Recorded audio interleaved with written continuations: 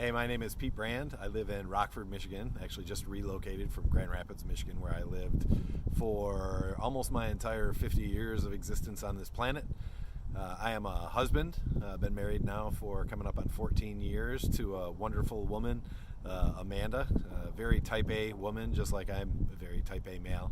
We're the mom and dad of 5 wonderful kids between the ages of 29 and 5 years old. So we've got a 29-year-old, 24-year-old, 22-year-old, 18-year-old, and a 5-year-old. So we've got a lot of them.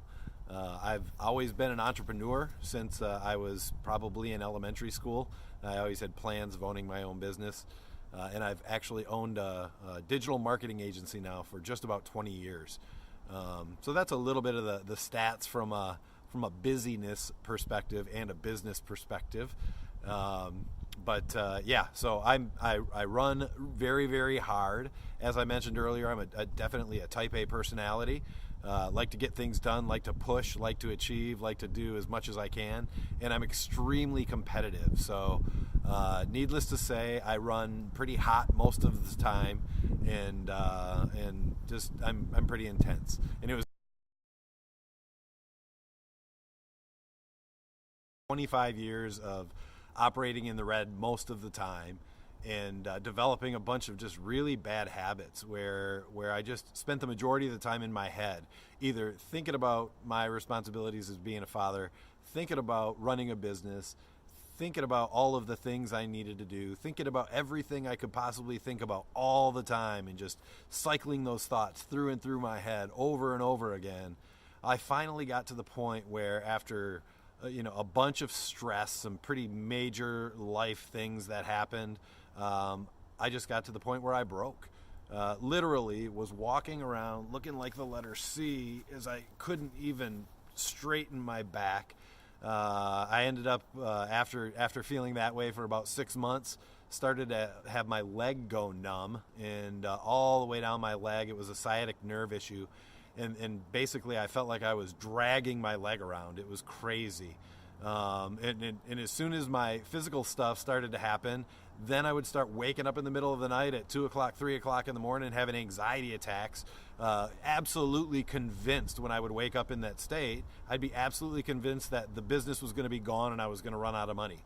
Now, the weird thing was, I had absolutely zero evidence to support that craziness, but it didn't change the fact that it was happening almost every single night. So then I wasn't getting enough sleep, and I'm dragging my leg around, and it was just not very, very happy time in my existence. Now, of course, I had to kind of keep a happy face on and continue to plow forward, because none of that stuff goes away. Your responsibilities don't start to go away just because you're feeling anxious or just because you're feeling a little bit stressed out. So I started to, like any type A person does, I started to look for solutions and look for help. So I spoke with mentors that I had who were extremely helpful and just kind of helped me put things in perspective, and they were there most of the time just to give me a few words of encouragement, or listen to me, or hug me while I was crying, whatever it happened to be. Had some really good friends, and I consider my mentors to be friends. And of course, I've got an amazing family, and Amanda, being type A, she totally gets it. She understands drive, and she also is just a very thoughtful person who would take the time to listen and understand, and allow me to be goofy at times, and just lose my mind a little bit. But anyway, so I was trying to find some help, and ultimately I ended up going to a psychiatrist, and I sat down in his office and was laying out how my life is, and kind of how I am. From a personality perspective. And first thing he said was, have you ever addressed this before? And I said, no. And he said, so I'm surprised that this hasn't happened sooner. He said, you can't continue to, if you have a table, put more and more things on the table, because eventually the table's going to break.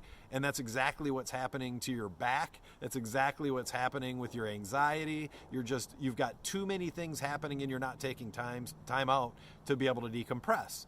And he asked me the question, think back to a time where you didn't feel threatened, or you didn't feel like you had to go and do something, where you just felt completely at peace. And I remember looking at him, And he's like, no, I mean, if you got to go back to college or something like that, when was the time? And I was just like, dude, I can't tell you a time. And he's like, come on, now think back, maybe it was high school or whatever. And I said, seriously, I can't tell you a time where I felt completely at peace, where I didn't feel like I had to do a million different things. And he said, then I'm really surprised you've made it this long without having a breakdown. He said, you really have to spend some time thinking and find a time when you did that.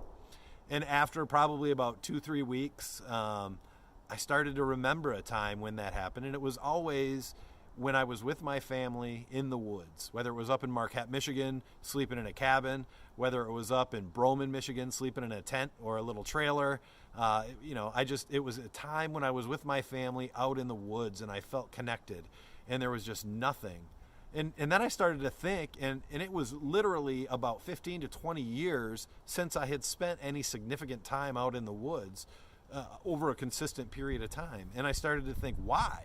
Why do we get so caught up in life to where we stop doing the things that bring us the most joy? And it was crazy. So all of a sudden I started hiking, and I started hiking consistently. In fact, 2 years ago, I hiked every single day, all 365 days, even when I had the stomach flu, it just didn't matter. But after 365 days, I had hiked over 2,250 miles.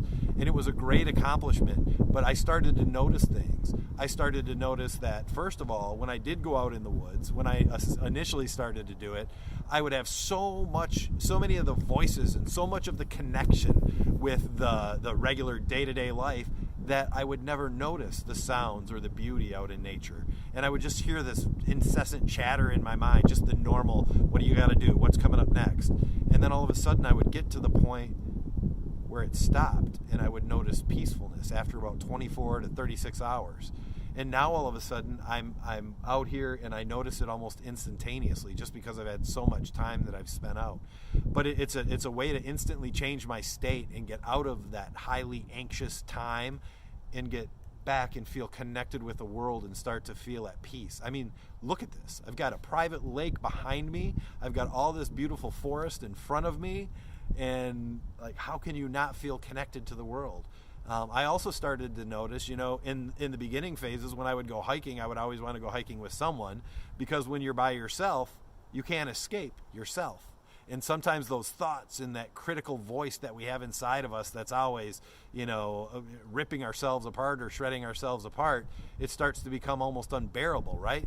Well, when I started to hike more and more by myself, I actually started to get to know myself, but most importantly, I started to like myself and started to realize that I actually was a pretty good guy and that I actually do spend time and do focus on helping other people and helping the community in which I live in.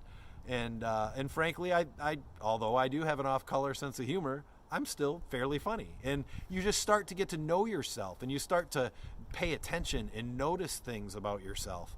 And it was just amazing. And it also gave me perspective, because I sit there and I'm on a computer and I'm thinking about marketing challenges for companies all the time, or I'm focused on helping the kids or doing something with the kids, which I absolutely love, and that is not a hard thing to do at all. But you end up getting yourself so busy that you don't take the time out to be able to decompress, to be able to find your connection with the universe, to be able to find some peace and actually be able to enjoy yourself. So that's why I love hiking. And that's why I think you should give hiking a chance. And even if hiking to you is just taking 10 minutes or 15 minutes out a day to sit and be at peace and take a hike away from the normal busyness of the day-to-day schedule and just take some time to think about things that are going on. Spend some time out in your backyard looking at the grass or looking at the trees. But if you get out there and you put one foot in front of the other, you'll be able to do that until the day you die. Or, once you can't move or walk anymore, the end is near. So you want to get out there and continue to put one foot in front of the other and look at the changing environment. Doesn't matter if you live in the city and you're walking around, it's still changing and there's still beauty in the outside. Don't stay locked up inside your house or your car or whatever. And don't stay locked up with your face stuck in your phone all the time. Get out there, enjoy nature, hike, decompress, find your place within the universe. And if you need someone to help you out, tell you where some great trails are to go, or teach you about the things that you really need to know to make sure that your hiking experience is good, let me know. I'll give you a hand.